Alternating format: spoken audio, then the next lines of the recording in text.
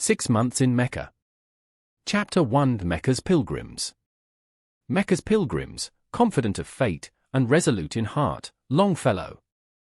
Though Mohammedans are divided into almost as many sects and schisms as Christians, they are all agreed on one point, namely, that it is imperative on every Mohammedan who can afford it to make a pilgrimage to Mecca at some time in his life. And it is even considered obligatory on those who may have undertaken the pilgrimage during childhood to remake it when they become adult.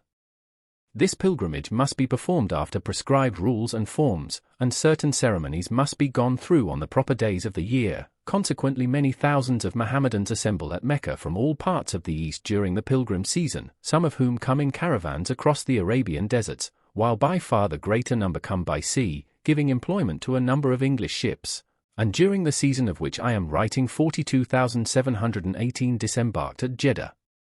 It was at this place that I was enabled to attach myself to the train of a youthful Hindi Amir, whom I accompanied on pilgrimages to Mecca and other places in the Holy Land of Islam, and of my expedition to Mecca I shall now attempt to give some account.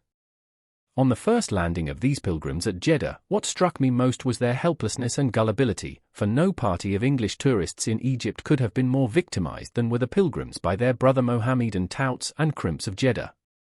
Before they landed, a Turkish custom house official demanded 1 rupee a head on no apparent grounds whatever, and then, on landing, charged them a rather high duty on all their baggage, by weight, so that as most of the wealthier pilgrims bring almost sufficient food to last them during their stay in the country, they get a pretty good foretaste of what is coming ere they are handed over to the native cicerones to undergo further extortion. Many of the wealthy pilgrims bring introductions to friends or countrymen resident in the Hijaz. With these introductions my patron was well provided, and thus we secured a tolerably peaceful reception. I cannot describe polyglot Jeddah, as I was not there long enough to find out anything new or interesting about it. To the gentleman acting as British consul I gave my name and the addresses of friends in England, informing him of my intentions. He said much to dissuade me, telling me the roads were in an unsafe state and the country rather disturbed on account of the withdrawal of Turkish troops to the war in Europe, but I had already made up my mind on the subject, and accordingly sold such of my clothes as would be unsuitable and provided myself with a native wardrobe. Then, after a 3 days' rest in Jeddah, I entered into the preparations of our party en route for Mecca. About noon on the 3rd day, camels were hired from the Bedouins, the real sons of the desert, as distinguished from their spurious brethren in Egypt, Palestine, and other countries generally visited by Europeans, whom I now met for the first time, and of whom, notwithstanding their wretched appearance at first sight, their haggling, and their shrill voices, I formed a favorable opinion, and still believe to have their good points. One conclusion I quickly arrived at, that the wily Hindi would be no match for the swarthy Paynim in a rough and tumble.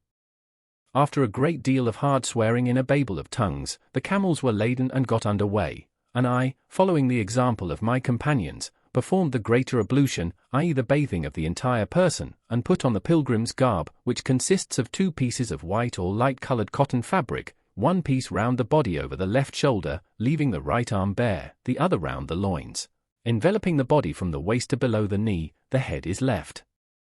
uncovered and the upper part of the foot bare, and then said a 2 prostration prayer, which is a supplementary act of devotion for special occasions.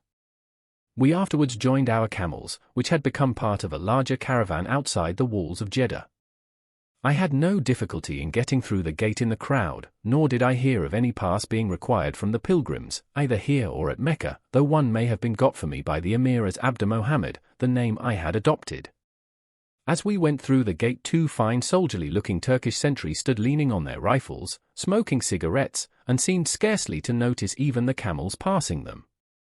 Our party was composed of about 50 in all, men and women, and, as only 15 camels had been hired, 10 with shugdafs, or litters, and 5 pack camels, 4 of these latter with shibrias, and as each of these, the shugdaf and the shibria, carries only 2 persons, about 20 of our party had to walk by the camels, in company with a number of fakirs, or beggar pilgrims, who had attached themselves to us and who were accepted as a matter of course, receiving a great deal of charity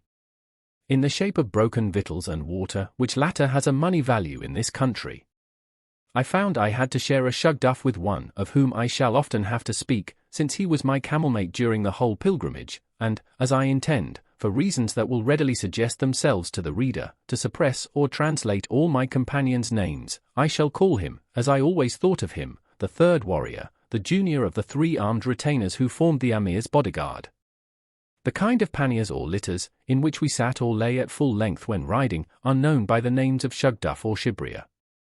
Inside the shugduf is a pocket for food, tobacco, and other little necessaries. Outside, at the tail end and within easy reach, a wicker basket containing a bottle of water. Having mounted, that is to say, having, by the help of a ladder, ascended into this construction of bent boughs and old bags, resembling a rickety wigwam poised airily on the hump of a camel, the impression I labored under was that we were instantly to plunge off in mad bounds across an exceedingly rough country, feeling at the same time pity for the poor beast under what I supposed could only have been an immense burden, spiced with momentary expectation of a spill.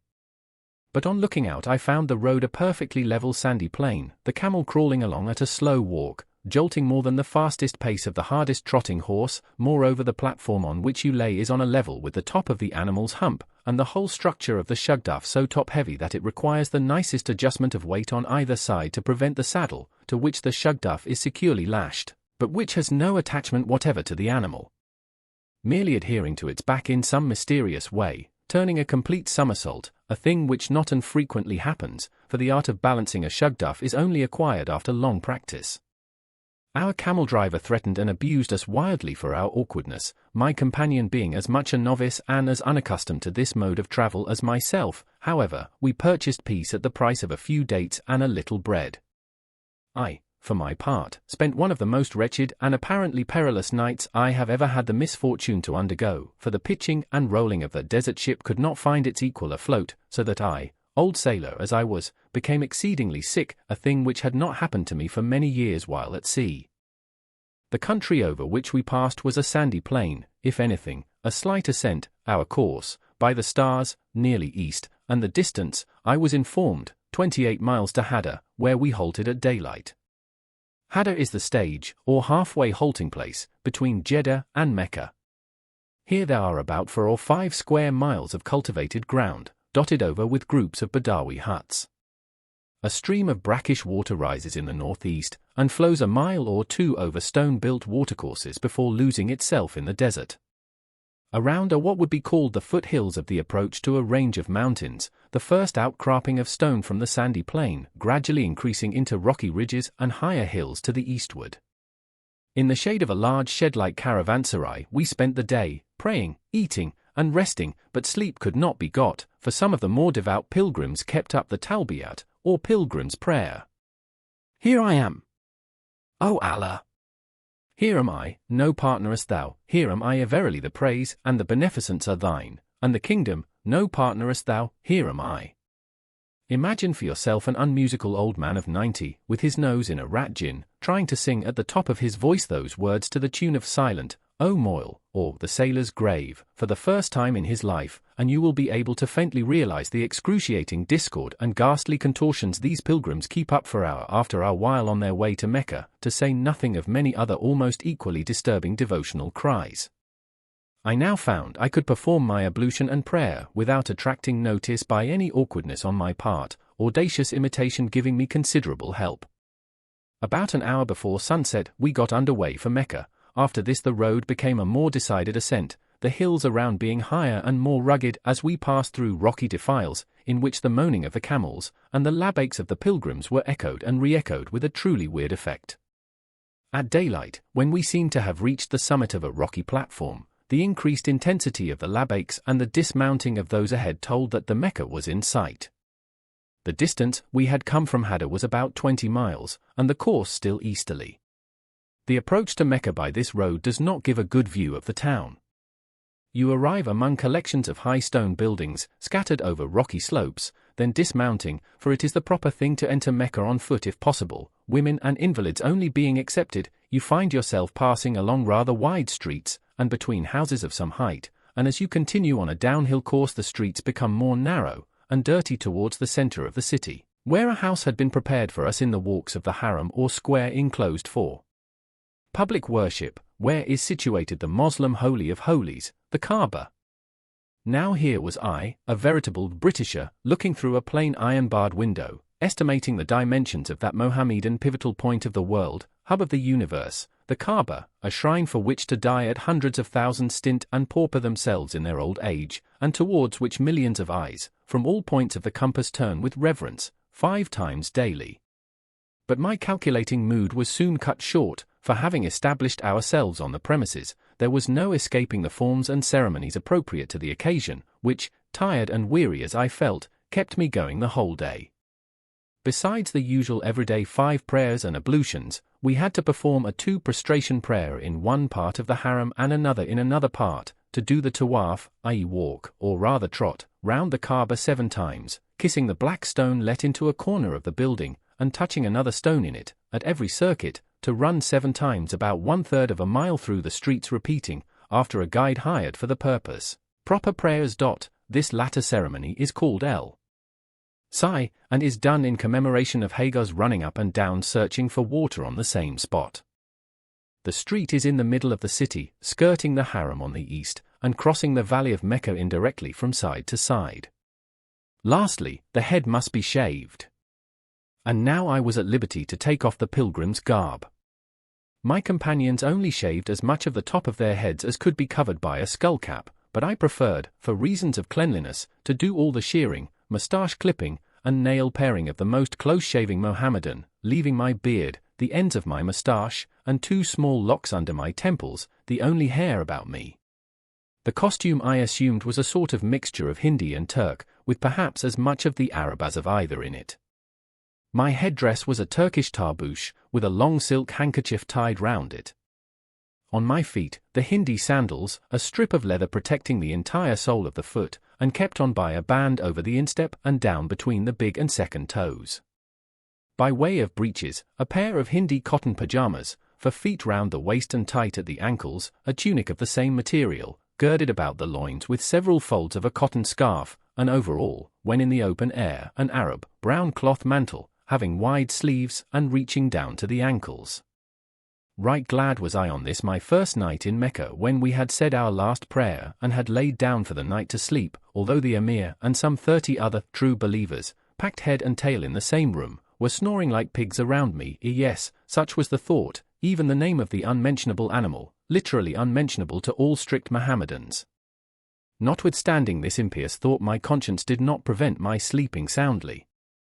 Nor did I wake at the 2 a.m. meal, for this was the month Ramazan, when all food must be eaten between sunset and sunrise, but my well-meaning friends took sufficient interest in my spiritual welfare to turn me out for the morning prayer, for which service I appeared properly grateful, exhibiting a great deal of cheerful alacrity, in the shape of a cold water wash before sunrise on a chilly morning, and a quarter of an hour's gymnastic praying.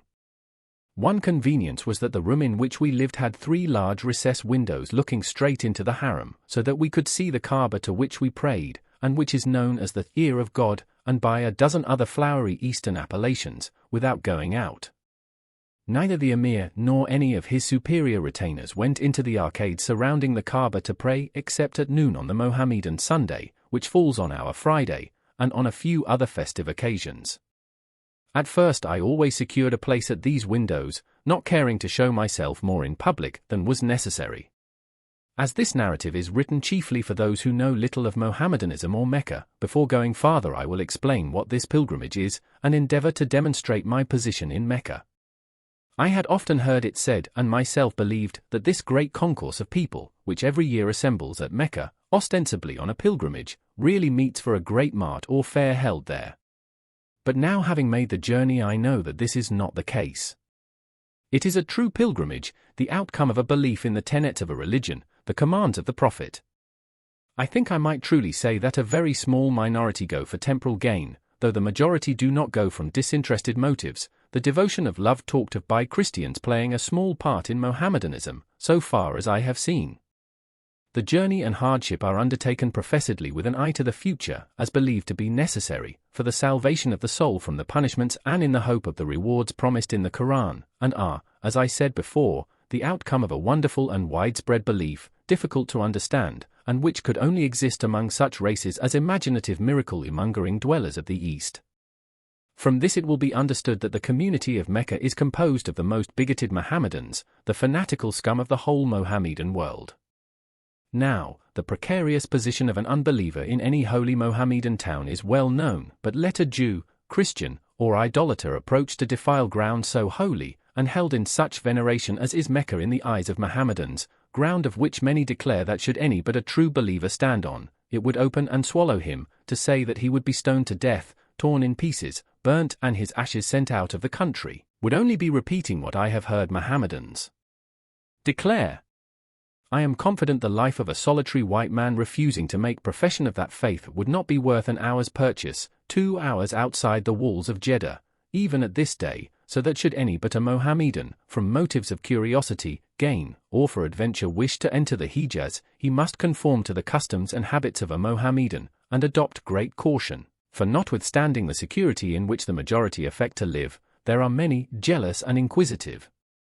watchers, self-constituted spies, who would soon seal the fate of anyone suspected of insincerity. But let him be master of the 1,000 little signs and elusive phrases of Mohammedan Freemasonry, and let him affect minutely all observances and points of etiquette among Mohammedans, and sustain throughout a character for devotion, and he need fear no inconvenience on the score of his nationality in a place like Mecca. He may declare himself a Peckham Riot, a native of Belgravia or a country called North, as I have done, and he will meet with courteous, polite credence, for there is so much dissembling and cunning in the Eastern character and respect for deceit that a Mohammedan will outwardly appear to believe a lie, in inverse proportion to its obvious untruth. I have told an Arab that I was by profession mate of a steamer, which must have seemed an imposition in such a poor wretch as I looked at the time, and he has immediately after, in my hearing, declared as a matter of fact that I was captain of a steamer, giving me my promotion out of compliment to what must have appeared to him the immensity of my first crammer. All through, I made assurance my strong suit and my acquaintance with India and hailing from Bombay my trump card, but if ever really cornered, as on 1 or 2 occasions, a little hand play, implying that I was a recent convert, would in every case call forth nothing but approval and commendation. To undertake an expedition of this kind was certainly a wild and unscrupulous thing, and I suffered many qualms of conscience and felt the veriest hypocrite, but having once entered into it there was no drawing back, and the ordeal had to be gone through, though I often at first longed to declare myself a humbug. I remember once hearing a sailor say to another, "You have told that lie so often, Jack, you believe it yourself." I now found this to be no impossibility. It became my case to a nicety, and in less than a month I was to all intents and purposes as honestly Mohammedan as any born Arab among them. I, in fact, acted that lie so well I believed it myself. The name I had adopted, that servant of the Prophet, though common in several forms in India, was objected to by the most correct of our party as not strictly orthodox, for, said they, was not Mohammed himself the servant of God?